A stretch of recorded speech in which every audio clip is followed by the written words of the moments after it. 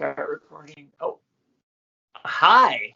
Welcome to another edition of This Is Not a Snow Day, although it's fall in Michigan, so we could have a snow anytime now. I'm Kevin Ozar, and this is my podcast. Started when we first left school, and we haven't been back yet, so I'm still going. And today, joining me is one of my absolute favorite coworkers, a man of many talents, a couple of voices, and I believe a few different names and possibly state-issued IDs. This is Nathan Ollie, the media specialist at Farmington STEAM Academy. What's up, Nate?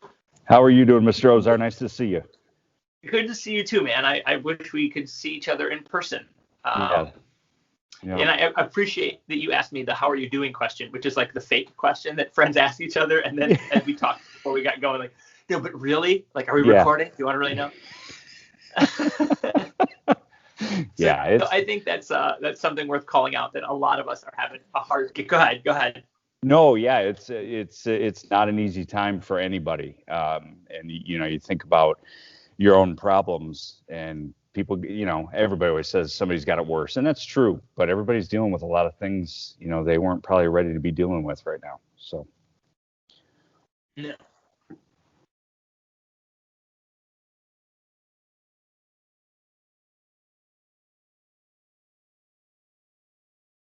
You there? Sure. You have a degree in. I'm here. Are you there? Yeah. Sorry, there's a delay. Okay. Do you wanna try and power through it? Give people a taste of what it's really like to teach online? Yeah. Do you want mute? Mr. Ozar, mute, please. Do you want to see my turtle? So, Nate, one of the reasons I want to have you on is you're doing some really innovative things to help keep people connected in our school community. We teach in a K-8, so we've got some really small friends, and then we've got some very big friends, actually, who are way too cool for school because they're in 7th and 8th grade. Right. And so you've done some things, and you also are a parent of 2 kids who are back face-to-face, and you have a degree in broadcast communication arts. So you really have a lot of skills coming at this. So could you tell us a little bit about the YouTube channel that you started and you put a ton of energy into in the beginning and kind of moved in some different directions, but what were you doing at the beginning? Because I'm going to put a link to that in this episode. So tell me about the YouTube you're putting out early. Well, yeah. So when this first started, and I think I might have started around the same time as you. I just kind of wanted an outlet. My brain, you mentioned all the things that I do, but I'm not, like, I'm sort of just medium at all of them. I don't really excel at any of it. It never stops up here. I'm always thinking about the next thing, and finishing is a big problem for me, but I'm trying to work on that. That's the big thing I'm working on right now. I started I believe it was called Unhandy Unmanly, and it was just to try to do some funny stuff. I admittedly am horrible at things. I just spent dollars to fix a sink on my own, and then ended up having to just call a plumber. But it was just stuff like that I wanted to get out to people. And then, since I work in a library, families were saying, could you read books online for the kids? So it kind of became this mishmash, like, he's fixing things, he's dressing up in character, and sometimes he's reading books. So since school got going again, I've abandoned that for a little bit and focused more on making a YouTube channel that's just for the Eye Center here, a little more professional. I mean, I'm not professional, but it's more professional than Unhandy Unmanly. So that's my focus now, is just to get books on there. I'm doing some First Chapter Friday readings for the 4th graders. I'm reading little kid books. I read with you, so that's been my main YouTube outlet, and then, it's more professional, and the school district won't get mad at me. So there is an episode that you recorded where it's you from the future, and there's clearly been some sort of apocalypse, and I think I texted you right after I watched it. I was like, Nate, I am genuinely worried about you. Yeah. Things are getting pretty dark. I was in the early days of this. I was in my garage by myself, like 75% of the day. Nobody knew what to do. The kids were like going crazy, and Mrs. Ollie was, losing her mind a little bit, and that's just where I got comfortable. So I brought out like records and toys and stacked them up behind me, and yeah, it got weird. It's great. I love it. People can check that out. I'm going to put a link to that in the about on this episode. Okay. So you've got 2 new projects that I think are really awesome, and I think that almost any school and honestly any business, any group of people who are used to being close together and now physically can't could really easily do this. So the first thing I want to have you mention is your series of videos on getting to know the staff, and you're using some animation software. Tell us a little bit about where that idea came from and what you're doing. Well, again, it's just, you don't want to be up in here because there's always things going on. But my whole thing is I never really intended to get into education. I sort of got dragged in from just hanging around. My wife's been a first grade teacher for 20 years. And the principal liked me, I guess. I just kind of fell into this. So I'm not doing this for the money. I'm not, I really I like people, and it's hard to get community right now. It's hard to feel a connection. And we've got a cool staff, and we've got, and you guys play along a lot, which is nice. And I just wanted, an opportunity for kids and families to feel like they're still getting to know you guys, even though you're just basically talking to them through a computer screen all the time. So it's just, and the software I use is actually called Canva, not to be confused with Canvas. Yeah, we don't want to do that at all. It's Canva with no S. And it's a great program. It's very easy to use, super user friendly, packed full of clip art, and it's fun. I just get creative with it and have a good time. So we'll link to this as well. I'll put a bunch of these links in the about. Okay. What are they, about 10 minute, 7.5 minute clips? Yeah, they're not even that long. I think I've done 7 of them. I think they're usually under 4. They're pretty quick. Yeah.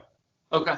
Yep. So what Nathan has done is he's sent out a survey through Google Forms and asked some boilerplate-ish questions. Family, pets, what would you be when you grow up, like stuff like that. And then he kind of animates it. Get this getting to know you video about different staff members. And we have 2 new staff members, and we're a staff of about 55. So there's people you don't know super well. And I learned a ton about different people. Like, I showed it to my daughter, and she's like, "That's pretty." The clip art of the dude in the tank top with the tattoo. That got a laugh at my house.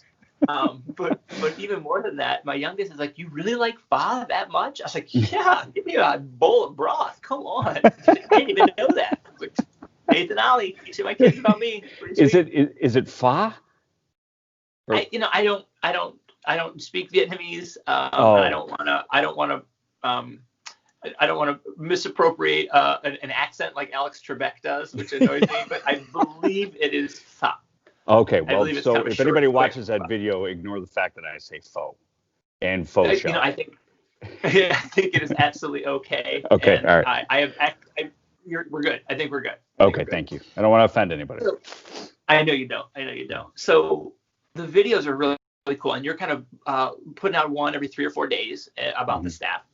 The other thing that you've done, which is genius to me, is you have created a staff trading cards, a la Pokemon, a la the 1984 Tigers. Can you tell us a little bit about your thoughts on this? Because you're going to start passing them out. What's your vision on this?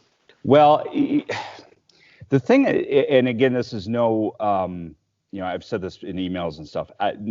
Whoever created Steam Bucks or Horsey Bucks or whatever they're called at our school, it's a great incentive, and I like it a lot. I just started noticing that kids either were like finding ways to photocopy them and just stack up their stacks, or you just see them, in the hallway. And so I don't know if they lost a little bit of the magic. I know not every teacher does the same thing with them, and so I just kind of was trying to think of something that would be an incentive for kids while also, recognizing the all-stars in the building, which you're the head of.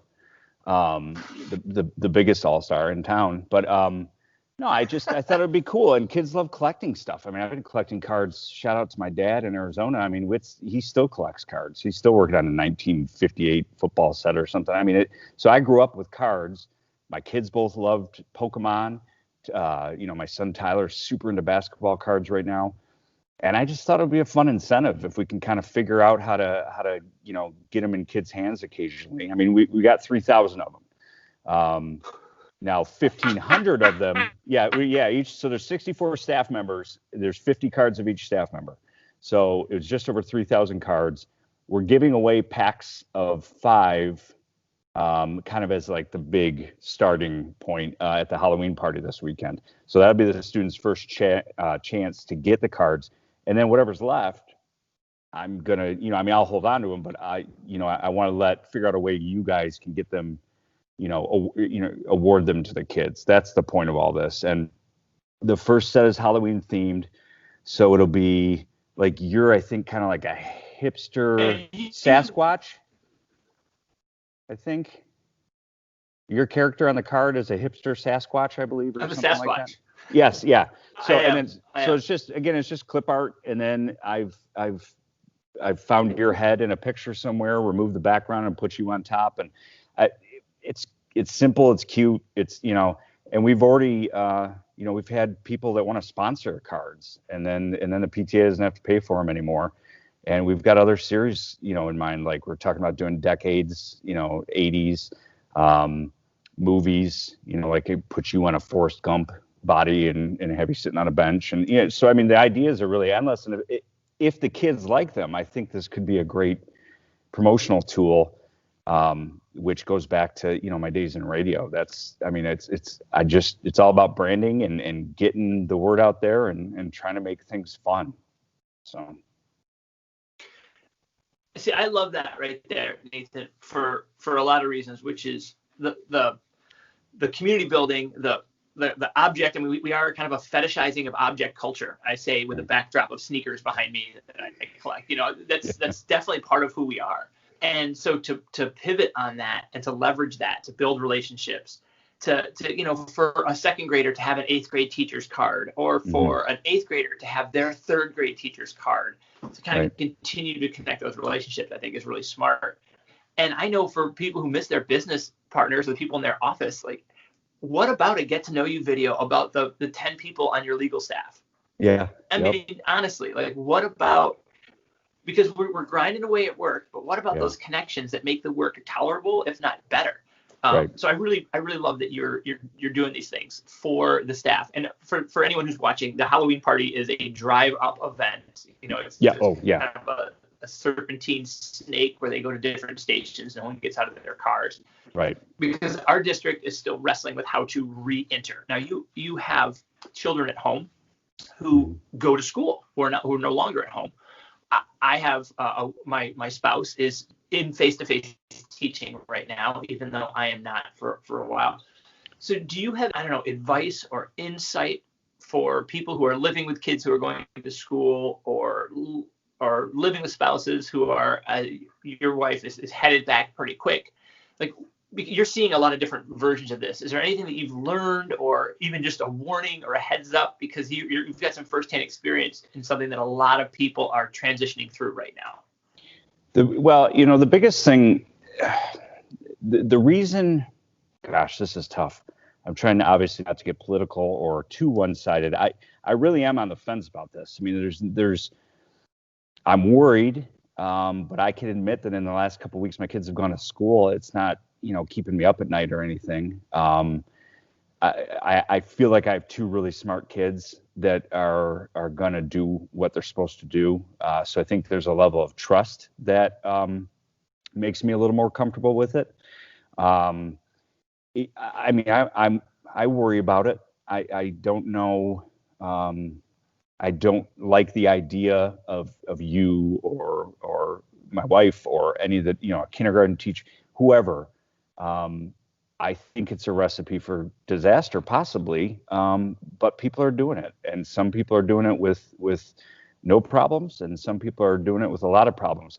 My worry, for both the school I work at and my kids was that they're going to go, yay, we're back in school, 14 people get sick, boo, we're back out of school. And not only does that stink for the kids, but it's awful for the teachers. And for someone, again, I'll keep using you and Mrs. Ollie for examples. You've put a lot of effort into making your home classroom something that's comfortable for kids. Kids are used to seeing it. You've probably spent money on things to make it better. I know we spent a bunch of money to upgrade our internet, ring lights, and just all sorts of things. And I don't know. It's hard for me to think that we're going to have done all that. The kids are comfortable with it. Now we're going to take them out of that, and then we're going to maybe put them back into that. And it's the jerking around is the only thing that really, I think, gets to me about it.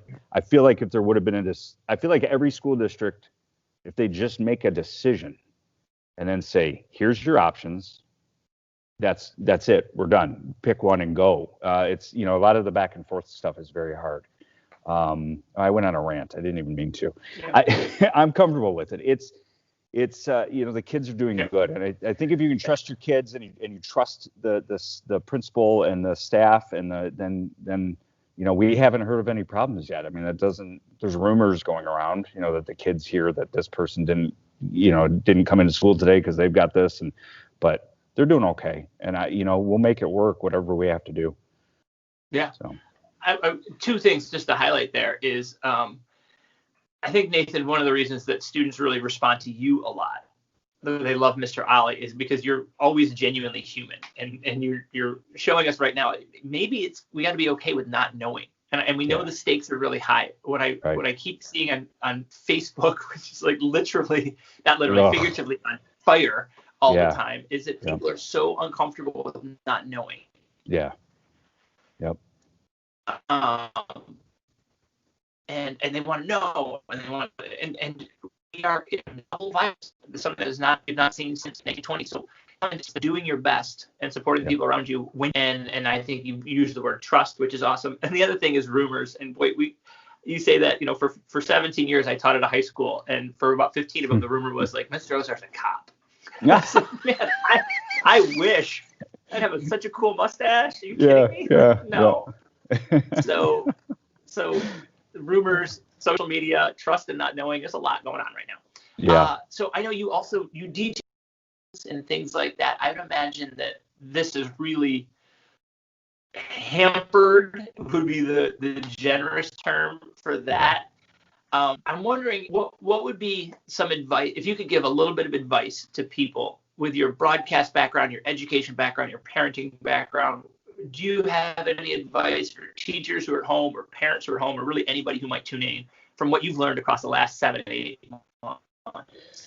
I think it's, again, I'm not a politician. I think it just is what people just need to be patient, and people need to be understanding that everybody's got their own stuff.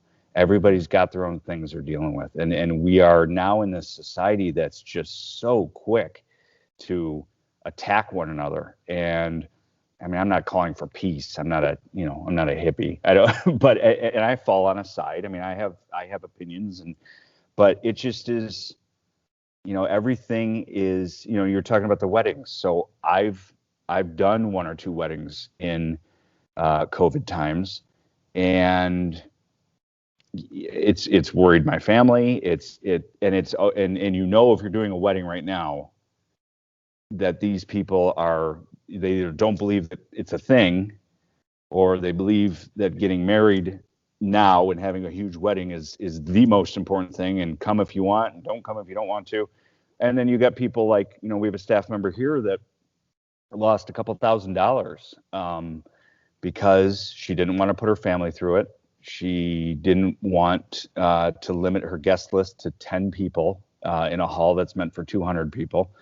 And made the decision to just get married real quick and then maybe have a big party when this is over. So there's just, everybody's got their thing, and everybody's, I don't know who's right and who's wrong. It's, I'm not saying that the coworker that put it off is a better human than the coworker, than the person that didn't. I I've had 26 events canceled this year. So and they literally throw peanuts at me to work here. So, which I have some extra peanuts if you'd like some. But so I've lost all my income this year, and it's been tough. But that's not anybody's problem, and I got to do what If anything, it's allowed me to be creative and have fun and do the things that I'm doing that we talked about earlier. And that makes me happy. So whether it's cash or just doing cool things that bring me enjoyment, whatever. It's all whatever. Great. Yeah. So I know you got people walking through. You developed an entire system we didn't even talk about dropping off books. Hey, guest sighting. Dropping off books, and you can pick them up. So if you're part of the Farmington STEAM family, Academy family, you can always reach out to Mr. Ali if you're looking to pick up some books from his amazing collection at the iCenter. You can check out his links, the links I'm going to put in the about in this episode to check out some of his creations. There's a series of quick children's stories that you preface with, hey, mom and dad, you can go shower now. You've got 7 minutes. And I thought that was a great thing to have out there. Look for the trading cards. I'm assuming they'll probably hit eBay. I'm really worried that the Ozar trading card is going to be just like trash. Like, oh, I got 7 Ozars. I'll trade you for half a sandwich. Just like, oh man. Yeah, they sent me 2 boxes of the kindergarten and first grade gym teacher. So he might be what's referred to as a common in the baseball card industry. And that's not no disrespect to him. I haven't even met him yet, but yeah, the market's going to be flooded with Mr. Bolus cards. That's for sure. It's a glut. The last thing I want to remind people is if you're liking this, if we said something that really resonated with you, or you want to hear this content, you want to tag your media specialist or someone in your life who's having similar situations, you can share this video, you can like it, you can subscribe to the channel. And I also want to remind you that if you're looking for support, professional looking PD support, we do have the Bloom AV Club, which is another project I'm part of. I'll put a link to that. And we are looking to help teachers, whether you're remote or hybrid or in or off or back. Bloom AV Club is a great organization that we're looking to help teachers and build. We used it at Farmington STEAM Academy, and I know some of the teachers, your wife included, had great things to say about some of the PD that was there. So hopefully we can continue to help people. Check out Nathan on YouTube. Wash your hands. Stay healthy. Eat your vitamins. Say your prayers where applicable. And thanks for watching. Nathan, thank you so much for being on. Thank you, man. Good to see you. Stay well. I will. Now is the awkward time where I stop recording, but I don't hang up with you. That's ready all right. for it? Yeah. And I go here, and I'm looking at a menu.